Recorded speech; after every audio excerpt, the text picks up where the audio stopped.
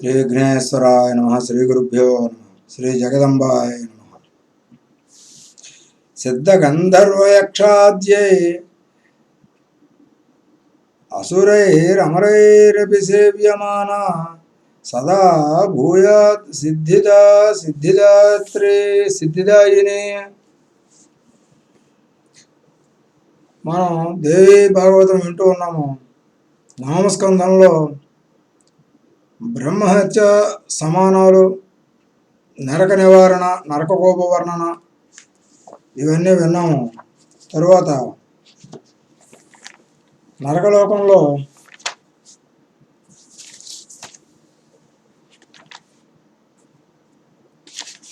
నరక కోప వర్ణన ఇంకా కొద్దిగా మిగిలింది. అది వినేసి తరువాత యముడు చెప్పిన దేవి మహత్యాన్ని విందాం. ఇలాగా అసిపత్ర సూతి కుండాలు వరకు గోకుండము ఇలాంటి వారిని వర్ణించుకొని చెప్పుకొని వచ్చారు. తర్వాత ఈ కుండాలన్నింటిలోనూ ఎంతమంది ఉంటారో దానికి 4 రెట్లు ఎక్కువ మంది పాపాత్ములు ఉంటారు కుంభీభాగ నరకంలో. ఇది సర్వకుండ ప్రధానము.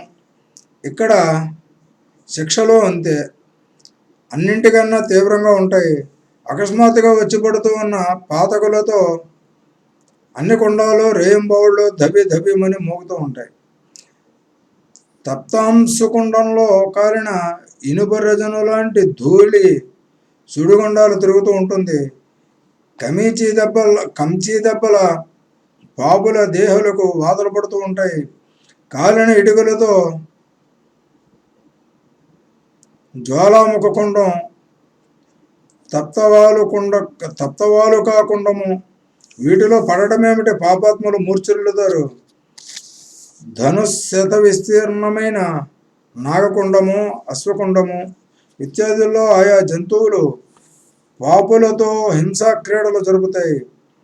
86 కుండాలు ఒకదానికన్నా ఒకటి అతి భయంకరంగా ఉంటాయి. పాపాత్ములతో కిటకిటలాడుతూ ఉంటాయి. అంతా భరించరాని దుర్గంధం, అంతటా భరించరాని హాహాకారాలు, ఆర్తనాదాలు. సావిత్రి, ఇది నరకకోప లక్షణం. ఇంకా ఏమి తెలుసావో అడుగు అని అడిగాడు యమధర్మరాజు. యమధర్మరాజా, నరకకోపాల భయానక చరిత్ర తెలిసింది. వాటి నుంచి తప్పించుకునేందుకు ఏకైక మార్గం దేవి మంత్రోపాసన. కనుక దయచేసి దేవీ భక్తిని నాకు ప్రబోధించు. స్త్రీజాతి తత్వజ్ఞాన విహీనం కదా. అందుచేత తత్వజ్ఞానసారమైన దేవీ భక్తిని ఉపదేశించి పుణ్యం కట్టుకో.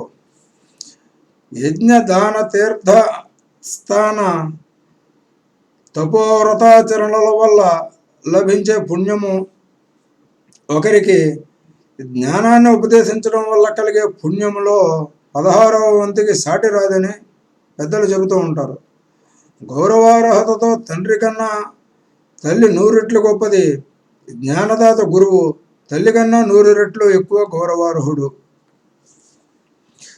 సావిత్రి అభ్యర్థనకు యమధర్మరాజు సంబరపడ్డాడు. పుత్రి, ఇంతకు ముందే నువ్వు కోరిన వరాలు ఇచ్చాను. ఇప్పుడు దేవీ భక్తిని వరంగా ప్రసాదిస్తున్నాను. ఇది నేనే ఇస్తున్న వరము. దేవీ గుణకీర్తనము అడిగిన వారికి, చెప్పిన వారికి, విన్నవారికి అందరికీ శుభప్రదము, తారణ కారణము. యముడు చెప్పిన దేవి మహిమ. 1000 వదనాలున్న ఆదిశేషుడు, 5 ముఖాలున్న పరమేశ్వరుడు, 4 ముఖాలున్న బ్రహ్మదేవుడు, అన్నీ తెలిసిన విష్ణుమూర్తి, 6 ముఖాలున్న కార్తికేయుడు, యోగేంద్రులకు గురువైన గణేశుడు, వీరే దేవీ గుణ సంకీర్తన సమగ్రంగా చేయలేరంటే ఇక నేనా? సకల శాస్త్రాలు, చతుర్వేదాలు, అమ్మవారి అనంతగుణ సందోహంలో ఒక్క అంశాన్ని కళామాత్రంగా తెలుసుకున్నామేమో. సరస్వతి అయినా పూర్తిగా తెలుసుకోగలిగిందని చెప్పుతుందని నేను అనుకోను. పూర్తిగా తెలుసుకోగలిగిందని చెప్పగలుగుతుందని నేను అనుకోను. ధర్మ సనక సనందనాది సనత్కుమార కపిల సూర్యాది బ్రహ్మ మానస పుత్రులే దేవీ గుణ సమగ్ర వర్ణనకు సమర్థులు కారంటే ఇంకా మిగతా జడ బుద్ధుల గురించి చెప్పాలా? సిద్ధులకు, సాధ్యులకు, మునీంద్రులకు, యోగీంద్రులకు సాధ్యం కానిది నా వల్ల మాత్రం అవుతుందా? బ్రహ్మ విష్ణు మహేశ్వరులే దేవీ పాద పద్మాలను నిరంతరము ధ్యానిస్తూ ఉంటారంటే ఇక వేరే చెప్పవలసిందేముంది? దేవీ భక్తులకు మాత్రమే ఆ తల్లి మహిమ తెలుస్తుంది. వారే ఏ కొంచెమో సద్గుణ కీర్తనం చేయగలరు. అది కూడా ఆమె కరుణయే. వీరికన్నా కొంచెం ఎక్కువ తెలుసున్నవాడు బ్రహ్మ, అందరికన్నా ఇంకొంచెం ఎక్కువ తెలిసినవాడు జ్ఞాని గురువు గణేశుడు, అందరికన్నా ఎక్కువ తెలిసినవాడు సర్వజ్ఞుడైన శంకరుడు. పూర్వం ఒకప్పుడు శ్రీకృష్ణ పరమాత్మతో గోలోకంలో, నిర్జనారణ్యంలో, రాసమండలంలో ఈ శివుడికి దేవీ మహాత్యాన్ని గుట్టుగా ఉపదేశించాడు. శివుడేమో తన లోకంలో ధర్ముడికి చెప్పాడు, ధర్ముడు సూర్యుడికి తెలియజేశాడు.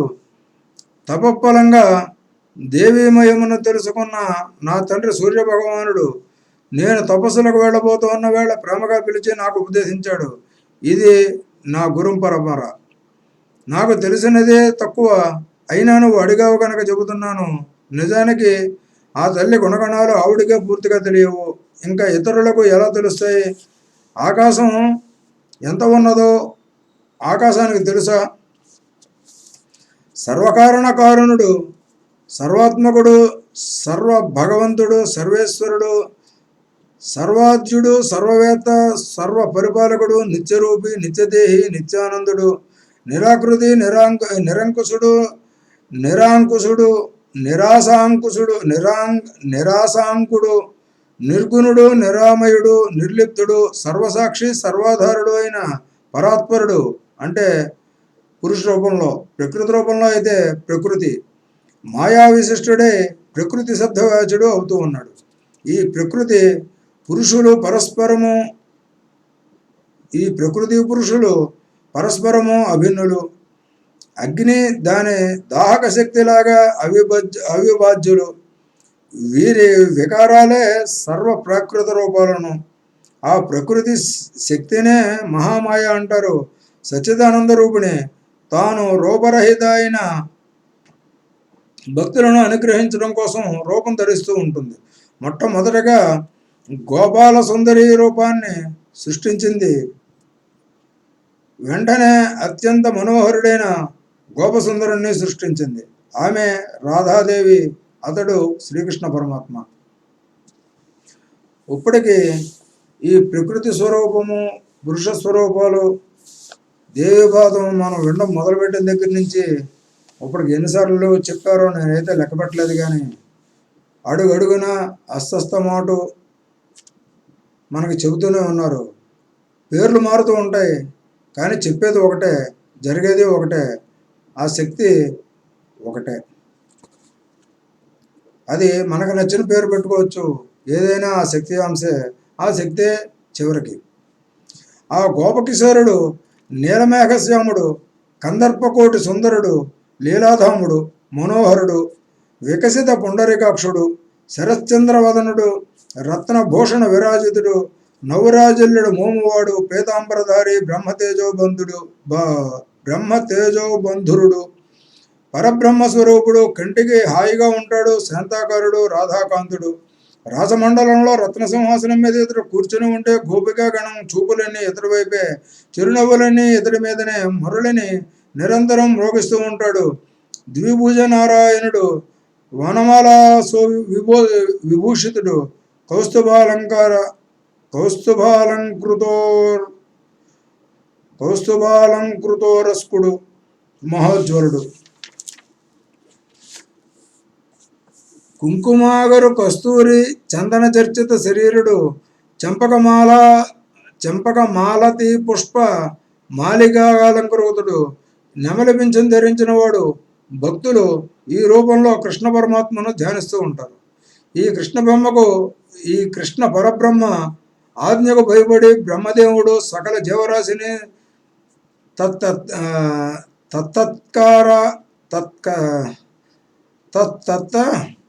కర్మానుసారము సృష్టిస్తూ ఉంటాడు.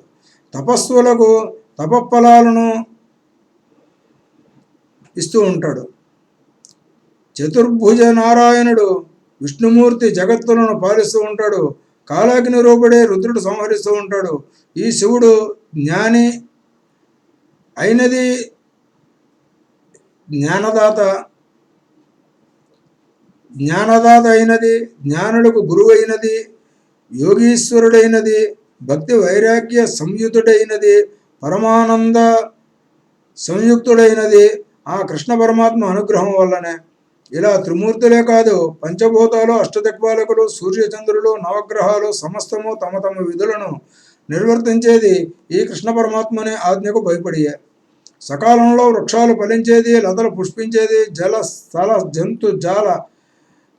జంతుజాలం జీవించేది, కాలం చల్లగానే మరణించేది అంతా అతడి ఆజ్ఞ ప్రకారమే. విషమ రంగంలో పోరాడుతున్న అతడి ఆజ్ఞ లేనిదే ఏ ప్రాణి మరణించదు. వాయువు సముద్రాన్ని మోసిన, సముద్రం కూర్మాన్ని మోసిన, కూర్మం అనంతుడిని మోసిన, అనంతుడు ధరణిని మోసిన, ధరణి రత్నాసులను, సముద్రాలను, పర్వతాలను, సకల చరాచర ప్రాణకోటిని ఓర్పుతో భరిస్తూ ఉన్న ఇదంతా పరమాత్మని ఆజ్ఞయే. 71 దివ్యయుగాలు ఇంద్రుడి ఆయుర్దాయము 28. ఇంద్రుడు గతిస్తే బ్రహ్మదేవుడికి ఒక పగలు రేయి. ఇలా 30 రోజులతో మాసము, 2 మాసాలతో ఋతువు, 6 ఋతువులతో సంవత్సరము ఏర్పడుతుంది. బ్రహ్మ ఆయుష్ పూర్తి అయితే అది శ్రీకృష్ణుడికి ఒక రెప్పపాటు కాలము. ఆయన చక్షుర్నిమీలనం చేస్తే అది ప్రకృత ప్రళయము. అప్పుడు సర్వదేవతలు, చరాచర జగత్తు, వస్తుజాలము, సృష్టికర్త అందరూ శ్రీకృష్ణుడి నాభి పంకజంలో ఉపసంహారం పొందుతారు, లీనమవుతారు. వైకుంఠంలో క్షీర సముద్ర మధ్యాహ్న శేషతల్పం మీద శయనించే చతుర్భుజ నారాయణుడు సైతము శ్రీకృష్ణ పరమాత్మని వామపార్శ్వంలో లీనమవుతాడు. జ్ఞానాధిదేవత శివుడు శ్రీకృష్ణుడి జ్ఞానంలో లీనమవుతారు. సృష్టిలోని సర్వశక్తి స్వరూపిణులు కృష్ణ మాయాస్వరూపిణి దుర్గలో కలిసిపోతారు. ఆవిడ బుద్ధికి అధిష్టాత్రి కనుక అతడి బుద్ధిలో లీనమవుతుంది. నారాయణుడి అంశ కుమారస్వామి ఆ శ్రీకృష్ణుడి వక్షస్థలంలో, శ్రీకృష్ణుడి అంశ గణేశుడు అతడి బాహువుల్లో కలిసిపోతారు. లక్ష్మీదేవి అంశలన్నీ లక్ష్మిలోకి, లక్ష్మీదేవి రాధాదేవిలోకి అంతరిస్తారు. సకల గోపికలు, దేవకాంతలు రాధలోనే లీనమవుతారు. రాధాదేవి అంటే శ్రీకృష్ణుడికి ప్రాణదేవత, అతడి ప్రాణాల్లోనే ప్రాణంగా ఉంటుంది. వేదశాస్త్రాలు సావిత్రిలోకి, సావిత్రి సరస్వతిలోకి, సరస్వతి శ్రీకృష్ణుడి జిహ్వాభాగంలోకి అంతర్భవిస్తారు.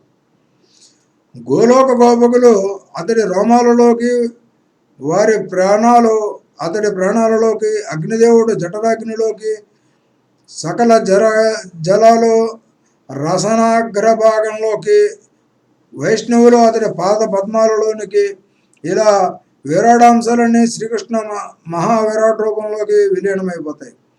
సకల విద్యలు అతడి రోమకోపాలలో దక్కుంటాయి. అతడికి రెప్పపాటు కాలం అంటే మిగతా సృష్టికి, అతడి రెప్పపాటు కాలం అంటే మిగతా సృష్టికి మహాప్రళయము. ఇదే ప్రకృతి ప్రళయము. శ్రీకృష్ణ పరమాత్మ రెప్పవాలిస్తే ప్రకృతి ప్రళయము, రెప్ప తెరిస్తే పునఃసృష్టి. బ్రహ్మాది దేవతలు ఆవిర్భవించి తమ తమ విధులు నిర్వర్తిస్తారు. సృష్టి అంతా మళ్ళీ కళకళలాడుతుంది. ఇలా ఎన్నిసార్లు సృష్టి వలయాలు జరిగాయో ఎవరో లెక్కించి చెప్పలేరు. భూగోళంలో ఎన్ని మట్టి రేణువులు ఉన్నాయంటే ఎవరైనా చెప్పగలరా? శ్రీకృష్ణ పరమాత్మ ఎన్నిసార్లు రెప్పవాల్చాడో తెరిచాడో ఎవరు చెబుతారు? ఎప్పుడు వాడుస్తాడో ఎప్పుడు తెరుస్తాడో మాత్రం ఎవరు చెప్పగలరు? అంతా అతడి ఇష్టము, ఈశ్వరేచ్ఛ. సృష్టి లయాలు తదనుగుణంగా జరుగుతూనే ఉంటాయి. శ్రీకృష్ణుడు రెప్పవేస్తే ప్రాకృత ప్రళయం అన్నారా? బ్రహ్మదేవుడికి 100 ఏళ్ళు నిండితే దేవమాసం ప్రకారం శతాబ్ది గడవాలి. అది సూత్ర ప్రళయము. దాన్నే బ్రహ్మ ప్రళయం అంటారు. ఇప్పటికీ ఎందరు బ్రహ్మలు ఉదయించి పునరుద్భవించారో ఎవరో చెప్పలేరు. ఇలా ప్రళయం సంభవించినప్పుడు సమస్తం శ్రీకృష్ణుడిలో లీనమైతే శ్రీకృష్ణుడు ప్రకృతిలో లీనమవుతాడు. ఒక్కటే పరాశక్తి, ఒక్కడే పరాత్పరుడు, నిర్గుణుడు. అగ్ర ఆసీత్ అనే వేదాలు చెప్పేది ఇదే. అవ్యక్తం మూల ప్రకృతి. అవ్యక్త అవ్యాకృత పదవాచ్య చిదభిన్న.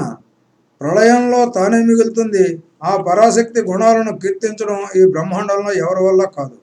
సావిత్రి వేదాలు నిర్వచించిన ముక్తులు 4 విధాలు: సాలోక్యము, సారూప్యము, సామీప్యము, నిర్వాణాలును. దేవీ భక్తి వీటన్నింటికన్నా గొప్పది. అందుకే దేవీ మంత్రోపాసకులు ఈ ముక్తిని కోరుకోరు, దేవీ సేవనే కోరుకుంటారు.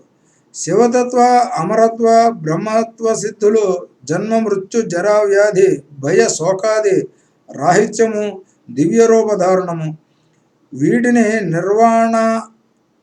నిర్వాణమని, మోక్షమని అంటున్నారు. ముక్తి అంటే సేవారహిత స్థితి, భక్తి అంటే సేవా వివర్ధిని. భుక్తి ముక్తులకు ఇది తేడా. చేసిన శుభాశుభ కర్మల ఫలాలను అనుభవించడమే నిషేకం అంటే దాన్ని ఖండించగలిగింది శ్రీకృష్ణ భక్తి మాత్రమే. కనుక సృష్టి లయాలకు, జన్మ మృత్యువులకు అతీతత్వం కానీ, శివత్వసిద్ధి కానీ, శివత్వాది సిద్ధి రూపమైన ఆ ముక్తి కన్నా కర్మఫలానుభవ త్యాగరూపము అంటే నిషేక ఖండనం, శ్రీ విభు సేవారూపము అయిన భక్తినే జ్ఞానులు కోరుకుంటారు. వేదాలు చెప్పే స్థిరమైన తత్వజ్ఞానం ఇదే. శుభప్రదమైన తత్వజ్ఞానాన్ని నిర్విఘ్నంగా నీకు ఉపదేశించాను.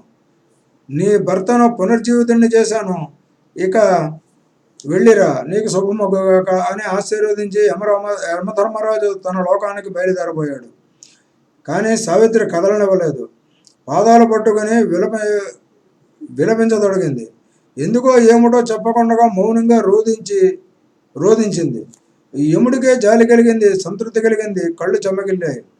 1,00,000 సంవత్సరాలు నీ భర్తతో సుఖ సంతోషాలు అనుభవించి పుణ్యక్షేత్రంలో తనువు చాలించి దేవీలోకం చేరుకుందువు గాని ఇప్పటికీ ఇక ఇంటికి వెళ్ళి సావిత్రి వ్రతం ఆరంభించు. అది 14 ఏళ్ల వ్రతం. స్త్రీలకు మోక్షదాయకం. జ్యేష్ఠ శుక్ల చతుర్దశి నాడు ఆరంభించడం శుభప్రదం. భాద్రపద శుక్లాష్టమి నాడు మహాలక్ష్మి వ్రతం ప్రారంభించు. ఇది 16 ఏళ్ల నోము. సౌభాగ్య సంపత్ప్రదము. ప్రతి మంగళవారం నాడు మంగళప్రదాయని శ్రీదేవిని ఉపాసించు. ప్రతి మాసంలోనూ శుక్ల షష్ఠి నాడు షష్ఠీదేవిని, ఆషాఢ సంక్రాంతి నాడు మానసాదేవిని, కార్తీక మాసంలో రాసాది దేవత రాధను, ప్రతి నెల శుక్లాష్టమి నాడు ఉపవాసపూర్వకంగా విష్ణుమాయ స్వరూపిణి దుర్గదినాశిని అయిన దుర్గాదేవిని ఆరాధించు. ఈవిడ పరప్రకృతి. పుత్రవతులైన పతివ్రతలతో, యంత్రాలతో, ప్రతిమలలో ఈ దుర్గామాతను సందర్శించి ఆరాధించే వారికి సకల సంపదలు, సుఖ సంతోషాలు సిద్ధిస్తాయి. వైకుంఠం కరతలామలకంగా లభిస్తుంది. దేవీ విభూతిని గుర్తించి పూజించడం సాధకుల ప్రథమ కర్తవ్యము.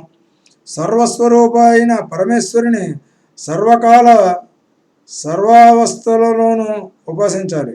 ఇంతకన్నా మానవ జన్మకు సార్థక్యం లేదు, కృతకృత్యత్వం లేదు అని చెప్పేసి యముడికి క్షణం ఆగకుండా వెనక్కి తిరిగి చూడకుండా వెళ్ళిపోయాడు. సావిత్రి సత్యవంతులు ఇంటికి తిరిగి వచ్చారు. జరిగిన విచిత్రాలు చెప్పారు. సావిత్రి తండ్రి కాలక్రమాన పుత్రవంతుడయ్యాడు. మామగారికి చూపు వచ్చింది, రాజ్యం దక్కింది. సావిత్రి సంతానవతి అయ్యింది. లక్షల సంవత్సరాలు భోగభాగ్యాలు అనుభవిస్తూ యమధర్మరాజు ఉపదేశించిన నోములన్నీ చేస్తూ దేవీ పాద పద్మార్చనను ఏమార్చకుండా చేస్తూ కాలం గడిపింది. కట్టగడపడ ఒక పుణ్యక్షేత్రంలో తనువు చాలించి దేవీలోకం చేరుకుంది.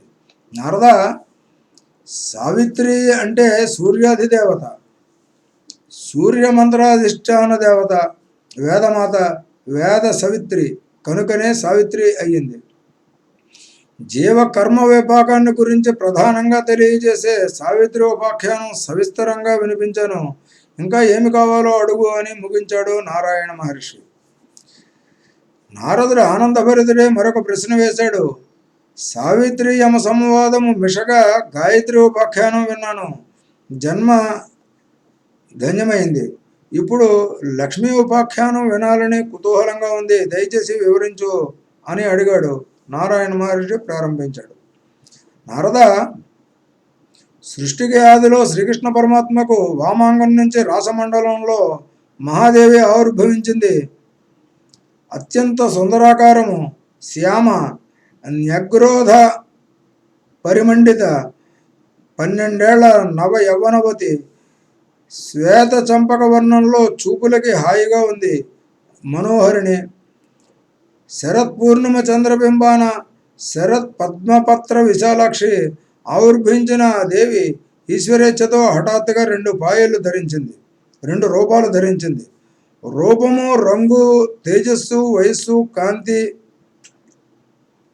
యశస్సు, వస్త్రధారణ, భూషణధారణ, చిరునవ్వు, గుణగణాలు, వీక్షణాలు, ప్రేమ, అనునయము అన్నింటా అచ్చం ఒకేలాగా ఉన్న 2 స్త్రీమూర్తులు.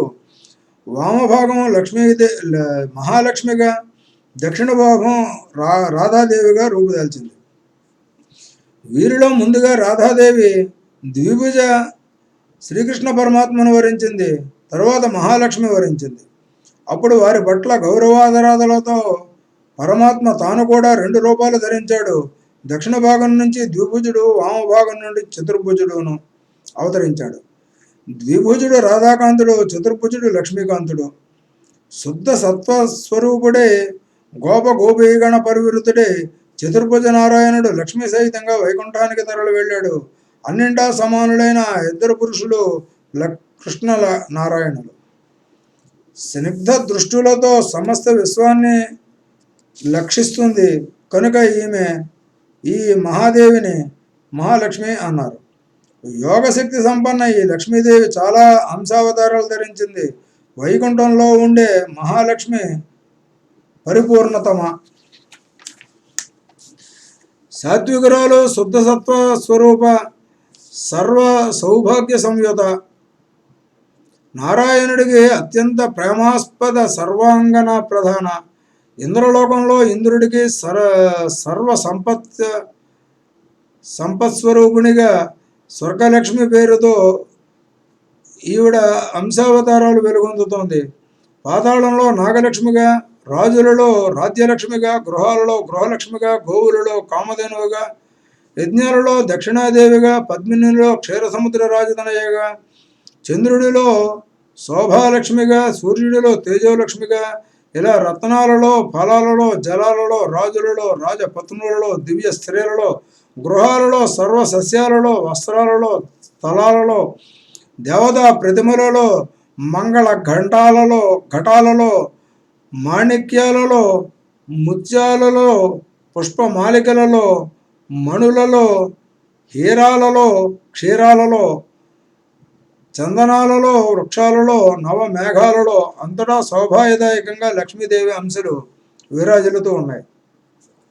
ఈ మహాలక్ష్మిని మొట్టమొదట వైకుంఠంలో చతుర్భుజ నారాయణుడు అర్చించాడు. తరువాత బ్రహ్మదేవుడు, శంకరుడు అర్చించారు.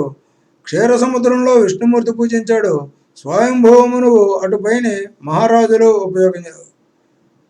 ఉపాసించారు. ఋషీంద్రులు, మునీంద్రులు, మానవులు అర్చించారు. పాతాళంలో నాగులు ఉపాసించారు. భాద్రపద శుక్లాష్టమి నాడు ప్రారంభించి పక్షం రోజుల పాటు బ్రహ్మదేవుడు మహాలక్ష్మి వ్రతం చేశాడు.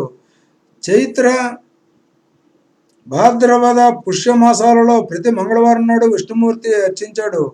పుష్య సంక్రాంతి నాడు మాఘ మంగళవారాలలోనూ, వర్షాకాలంలోనూ, భువనత్రయాలలోనూ స్వయంభూ మనువు లక్ష్మీ పూజలు చేశాడు. ఇంద్రుడు మంగళవారాలే అర్చించాడు. కేదార, నీల, సుబల, నల, ధ్రువ, ఉత్తానపాద, బలి, కశ్యప, దక్ష, కర్దమ, వివస్వతు, ప్రియవ్రత, చంద్ర, కుబేర, వాయు, యమ, వహ్ని, వరుణాది దేవతలందరూ సర్వత్రా భక్తితో పూజలు చేశారు. మహాలక్ష్మి అంటే ఐశ్వర్యాది దేవత, సర్వ సంపత్స్వరూపిణి. నారాయణ ప్రియ వైకుంఠవాసిని, వైకుంఠాధిష్టాన దేవత, సనాతని అయిన మహాలక్ష్మి భూలోకంలో సింధు కన్యకగా ఎలా జన్మించింది, ఎవరు ఎలా స్తుతించారు, ఎలా అర్చించారు అంటూ నారదుడు ప్రశ్నలు గుప్పించాడు. మహర్షి అందుకున్నాడు. నారద, పూర్వకాలంలో దూర్వాసుని శాపానికి గురి అయి ఇంద్రుడు, దేవతలు పదవి సంప్రదృష్టులై భూలోకానికి పోవలసి వచ్చింది. అప్పుడు స్వర్గలక్ష్మి దుఃఖంతో కోపంతో స్వర్గలోకం విడిచిపెట్టి వైకుంఠానికి వెళ్ళి మహాలక్ష్మిలో లీనమైంది. ఆ తరువాత దేవతలు గుమ్ముకొడి బ్రహ్మను శరణు వేడారు. అతడు శంకరుణ్ణి సంప్రదించాడు. అందరూ కలిసి వైకుంఠం వెళ్ళి చతుర్పతి నారాయణుని వేడుకున్నారు. అప్పుడు ఆయన ఒక ఉపాయం ఆలోచించి లక్ష్మీదేవిని కళాంశతో క్షీరసముద్రుడి ఇంట కన్యగా అవతరించమని ఆజ్ఞాపించాడు. అలా సింధురాజకన్య అయ్యింది. దేవదానవులు క్షీరసముద్రాన్ని మదించిన వేళ దర్శనమిచ్చింది. స్తుతించిన దేవతలకు వరాలిచ్చింది.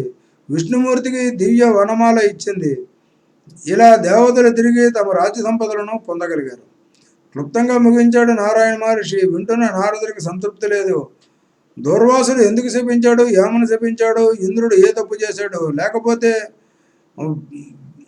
బ్రహ్మిష్ఠుడు ఉత్తినే శపిస్తాడా, దేవదానవులు క్షీర సముద్రాన్ని ఎలా మదించారు, మహాలక్ష్మి దర్శనమిచ్చినప్పుడు ఇంద్రుడు ఎలా స్తుతించాడు, వారిద్దరికి మధ్య నడిచిన సంవాద స్వరూపం ఏమిటి, ఇవన్నీ చెప్పకపోతే నాకు తృప్తి కలగదు అంటూ నారాయణుడు మారం చేశాడు.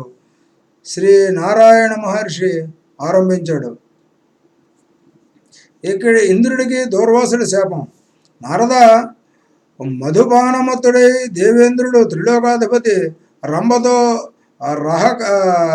రహక్రీడా పరవశుడై ఒక మహారణ్యంలో విహరిస్తున్నాడు. వైకుంఠం నుంచి కైలాసానికి విడుతూ దూర్వాసుడు వీరు కంటపడ్డారు. బ్రహ్మ తేజస్సుతో గ్రీష్మ మార్తాండులా వెలిగిపోతూ ఉన్న మహర్షి కరిగిపోసిన బంగారు రంగులో ఉన్నాడు. జడలగట్టిన చుట్టూ తల చుట్టూ వేలాడుతూ ఊగుతోంది. తెల్లని యజ్ఞోపవేతం, దండ కమండలువులు, నొసట బాలచంద్ర బింబము లాంటి కుంకుమ పొట్టు, లక్షల శిష్యులు వేదాలు వర్లిస్తూ నడుస్తూ ఉన్నారు. చూడగా దేవేంద్రుడు ఎదురు వెళ్ళి భక్తిగా నమస్కరించాడు. శిష్యవర్గం ఇంద్రాన్ని అభినుతించారు. అతడికి ఆశీస్సులు అందించారు. విష్ణుమూర్తి ఇచ్చిన పారిజాత పుష్పాన్ని దూర్వాసుడు ప్రేమగా అతడికి కానుకగా ఇచ్చేశాడు. అది జరామృత్యుహర శోక వినాశము మోక్షకారకము అయిన పవిత్ర పారిజాత పుష్పం. పైగా విష్ణుతత్వము. దాన్ని స్వీకరించి ఇంద్రుడు కళ్ళకు అద్దుకుని శిరస్సు మీద పెట్టుకోవలసింది పోయి నిర్లక్ష్యంగా మదమత్తంగా తన ఐరావతం శిరస్సు మీదకు విసిరాడు. ఆ పుష్పస్పర్శతో అది రూప గుణ తేజో వయస్సులలో విష్ణుతుల్యమై ఘోరారణ్యంలోకి వెళ్ళిపోయింది. ఆ ఏనుగును ఎంత ప్రయత్నించినా ఇంద్రుడు ఆపలేకపోయాడు. ఈ ఘటనతో దూర్వాసురుడికి మహాకోపం వచ్చింది. అరే ఇంద్ర, కన్ను మిన్నో కానకుండా ఉన్నావు, సంపన్మదోముత్తుడివై ఇలా నన్ను అవమానిస్తావా? నేనిచ్చిన పారిజాతాన్ని ఏనుగు మీదకు విసిరేస్తావా? విష్ణుమూర్తికి నివేదించి చేసిన ప్రసాదంగా పొందిన పువ్వు, పండు, నీరు ఏదైనా చేతికందినంతనే కన్నులకు అద్దుకొని స్వీకరించాలి. అలా స్వీకరించకపోతే బ్రహ్మహత్య మహాపాతకం చుట్టుకుంటుంది. శ్రీభ్రష్టుడు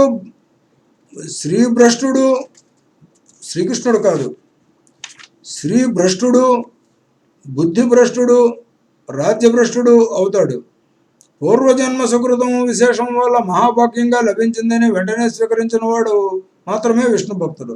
అతడు స్వయంగా జీవన్ముక్తుడవుతాడు. నైవేద్యం స్వీకరించి నిరంతరము విష్ణుమూర్తికి నతులు చేస్తే సాక్షాత్ విష్ణుతుల్యులవుతాడు. అతడి స్పర్శతో కానీ అతడి గాలి సోకితే కానీ సకల తీర్థాలు పరిపూర్వతాలు అవుతాయి. అతడి పాద రజస్సుతో వసుంధర అంతా పావనమవుతుంది. పుంసల్యన్న అవిరాన్న భోజనాధిక దోషాలన్నీ తొలగిపోతాయి. పుంసల్యన్య అవిరాన్న భోజనాధిక దోషాలన్నీ పోతాయి. సర్వవిధ అభక్ష్య భక్షణ దోషాలు నశిస్తాయి. ఇంద్ర, స్వపచుడనైనా అంటే కుక్క మాంసం తినేవాడిని స్వపచుడు అంటారు. విష్ణుసేవి అయితే తన వంశంలో 1,000,000 రాతలను ఉద్ధరించిన వాడు అవుతాడు. విష్ణుసేవి అయితే అదే స్వపచుడైన విష్ణుసేవి అయితే తన వంశంలో 1,000,000 తరాలను ఉద్ధరించిన వాడు అవుతాడు. హరిభక్తి లేనివాడు తనను తానే రక్షించుకోలేడు. ఇది విష్ణు ప్రసాదము అనే మాట తెలియకుండానే స్వీకరించినప్పటికీ 7 జన్మల పాపాలు తొలగిపోతాయి. తెలిసి స్వీకరిస్తే 1,000,000 జన్మల కల్పిషాలు అంతరిస్తాయి. ఇది నిశ్చయం అంటూ ఇంకా దూర్వాసుడు మాట్లాడుతూ ఉన్నాడు. వచ్చే భాగంలో విందాము. స్వస్తి. శ్రీ జగదంబ అర్పణమస్తు.